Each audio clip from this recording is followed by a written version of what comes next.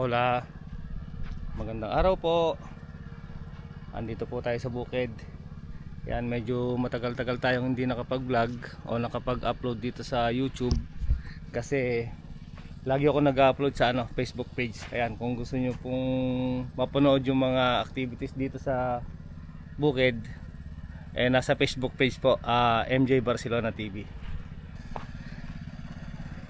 Yan, i-update ko kayo dito tungkol sa tanim natin dito sa bukid. Ito, mag-umpisa tayo dito sa okra. Yan yung okra natin. Medyo nalalanta na yung dahon nila kasi nga taglamig na. Pero namumunga pa. Ayan, marami pa tayong makukuha. Siguro mag-harvest tayo ngayon ng okra.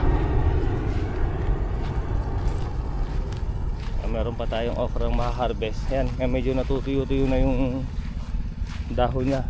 Sa umaga hindi ganong malamig, pero sa madaling araw malamig talaga. Tapos ito malaki na oh. Tapos dito naman tayo sa sitaw. Yan yung sitaw natin, nakakalbo na rin, saka nag-iiba na yung shape ng bunga. Pero yung iba namumunga pa naman, okay pa naman yung bunga. Siguro makakaani pa tayo rito kahit na mangilan-ngilan pa. Dito medyo nakakalbo na rin siya. Ayan. Pero dito hindi pa. Ayan oh, may mga bunga pa siya rito. Maganda pa yung bunga niya. Bukas makalawa siguro may ma-harvest pa tayo dyan. Tapos ito naman kamatis natin. Ito, marami na rin tayo na harvest dito. Ayan oh. Yung iba maniba na. Ito bukas makalawa to, pwede na siguro to. Ito, itong isa na to. Tapos ito naman yung malalaking malalaking kamatis. Ayan oh. So hindi pa siya berdeng-berde pa siya. Ayan. Tapos yung iba naman dito natuyo na. Ayan. Tapos nagpunla si Bilas ng pechay. Ito kaya lang niya pinunla to eh. Ang ganda ng tubo, lalaki. Ang tataba. Siguro mga 1 week to lilipat na namin. Tapos yung talong naman natin, yan kasalukuyang namumunga. Nakapag-harvest na rin kami rito kahit paano, pang-ulam. Tapos dito meron pa nga tayong talong dito. Ayan, bali 3 dayos pa yung talong natin na yan. Hanggang doon. Kasalukuyan din namumunga yan. Ayan, may mga bunga. Ayan o. Yan yung talong sa Pangasinan, kulay berde na bilog. Tapos yung pipino natin, ito wala na, natuyo na. Pero marami tayong na-harvest dito. Tapos ito yung ampalaya. Ito late na rin natin naitanim to eh.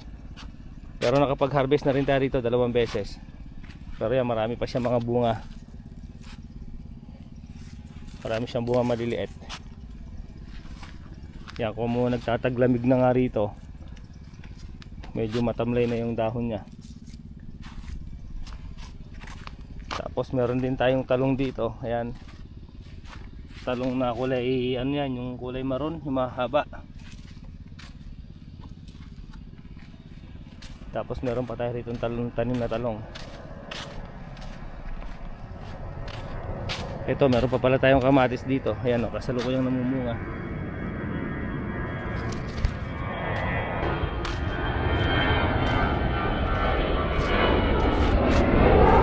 Ayan, kasalukuyan din yung mabumunga dahil may mga bulaklak na yan. Tapos yung mais natin, yung banda roon, wala. Hindi maganda yung binunga. Tapos yung mais naman natin dito, maganda nga yung bunga, pero kinain naman ng mga daga. Tapos ito, kung nakikita nyo ito mga kamigo, ito, tataniman din natin yan. Magtatanim din tayo dyan. Tapos yung ginawa kong balag noon ng ampalayan, tinanggal ko na kasi hindi nabuhay yung ampalaya natin dito. Tapos yan, meron pa tayong talong dito. Tapos yung kamote natin yan, may mga bunga yan sa ilalim.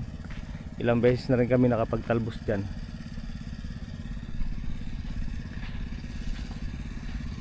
Tapos ito yung ilog o yung sapa.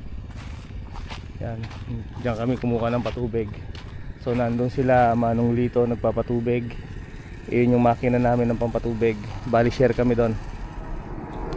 Tapos ito yung sapa. Maraming ano rito mga kamigo. Karpa, pagong, alimasag.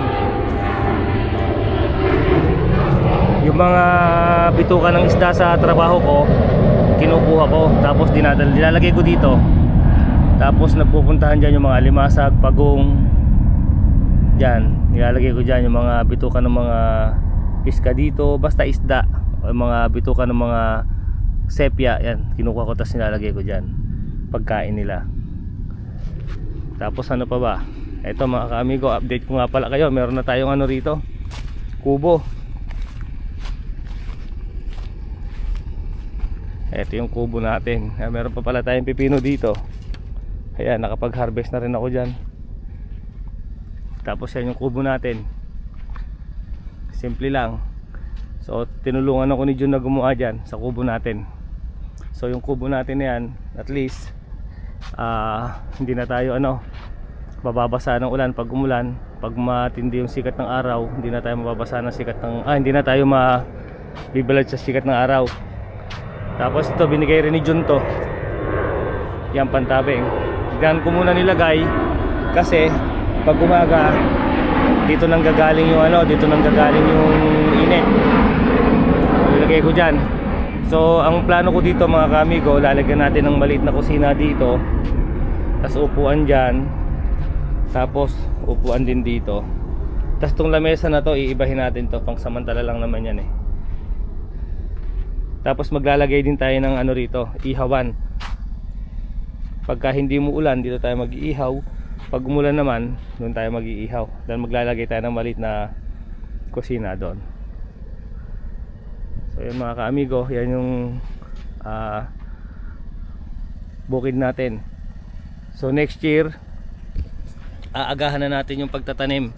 Na-late lang kami ng pagtatanim dahil nga nagbakasyon kami ng Pilipinas. Kaya tong iba, hindi namin ganong naanihan. Katulad ng ang sitaw, ng okra, hindi namin talaga siya nasulit na anihan dahil nga inabutan ng taglamig. Ang alam ko kasi mga 3 months yan pwedeng anihan pero okay naman, nakakapag-ani pa rin naman kami. Kaya lang hindi katulad yung talagang kasagsagan ng ng dami ng bunga. Tapos yan nga yung yung kubo natin. O yun mga kaamigo, ayan, ngayon lang ulit tayo nakapag-upload dito sa YouTube channel natin. So kung gusto nyo masubaybayan yung ibang activities namin dito o ginagawa ko rito sa bukid, nasa Facebook page MJ Barcelona TV. Tapos ayan si Opel.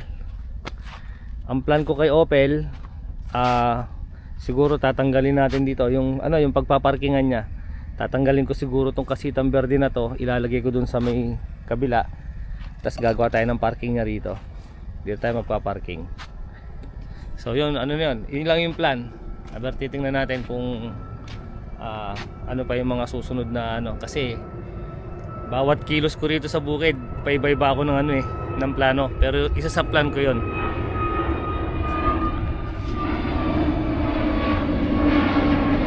So yung mga kamigo, maraming salamat sa panonood.